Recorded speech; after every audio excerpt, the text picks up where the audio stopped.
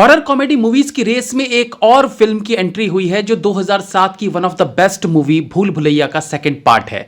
But problem यह है कि आप केवल एक पके पकाए हिट फिल्म के नाम को यूज करने के लिए उसका सेकंड पार्ट बना दो और फिर डिसअपॉइंट करो तो यह समझ से परे है। ट्रेलर रिव्यू करेंगे भूल भुलैया 2।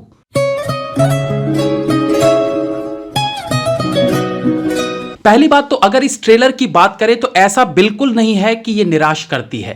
कार्तिक आर्यन एक अच्छे एक्टर हैं और साथ में तब्बू, कियारा आडवाणी, राजपाल यादव, संजय मिश्रा और राजेश शर्मा जैसे दमदार एक्टर्स हैं। तो यह कहना तो जल्दबाजी होगी कि यह फिल्म अच्छी नहीं रहेगी।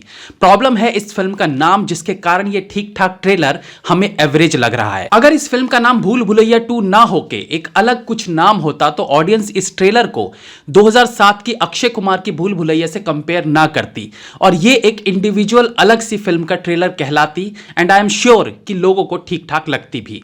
अब ये समझना जरूरी है कि इस ट्रेलर का फिलहाल ओरिजिनल मूवी भूल भुलैया से कोई मेल क्यों नहीं खा रहा है। केवल आमी तोमार करने से ही अगर दूसरा पार्ट हिट हो जाता तो क्या ही कहने थे।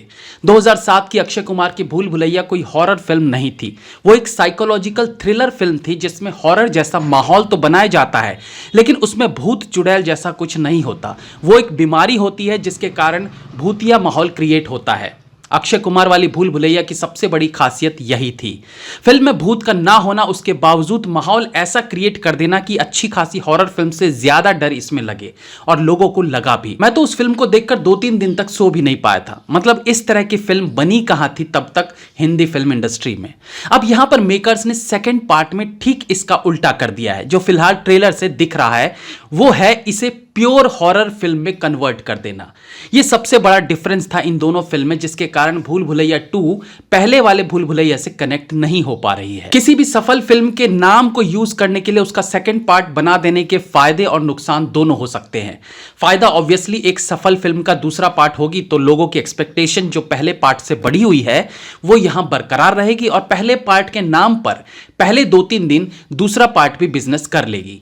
उसके बाद तो फिल्म अच्छी हुई तो चलेगी वरना ठप हो जाएगी। नुकसान क्या होता है? नुकसान यह है कि पहले पार्ट से लोगों ने उस फिल्म के लिए जो एक्सपेक्टेशंस बना ली थी, मेकर्स को उसे सेकंड पार्ट में कायम रखना है।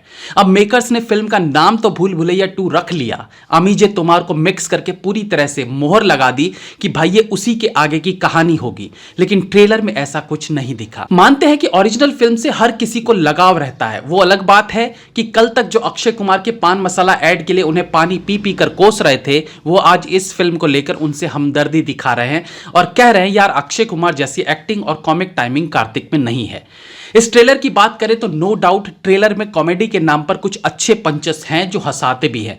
जैसे कि राजपाल द्वारा बोला गया डायलॉग कि जब बेइज्जती ही करवानी है तो बिग बॉस में ना जाएं जहां पैसे भी मिलते हैं, और उसके बाद संजय मिश्रा वाला सीन जब वो राजपाल की बात को ही रिपीट करके एक फन क्रिएट करने में कामयाब रहते हैं। हिंदी सिनेमा में हॉरर फिल्म्स तो ब्लैक एंड व्हाइट के जमाने से बनती आ रही है तो उसी को अच्छे या बुरे तरीके से फिल्म मेकर्स बनाते आ रहे हैं, लेकिन अक्षय कुमार की भूल भुलैया हॉरर के रूप में एक साइकोलॉजिकल थ्रिलर लेकर आए थे जो एक नए तरह का कंसेप्ट था जिसे लोगों ने खूब पसंद किया।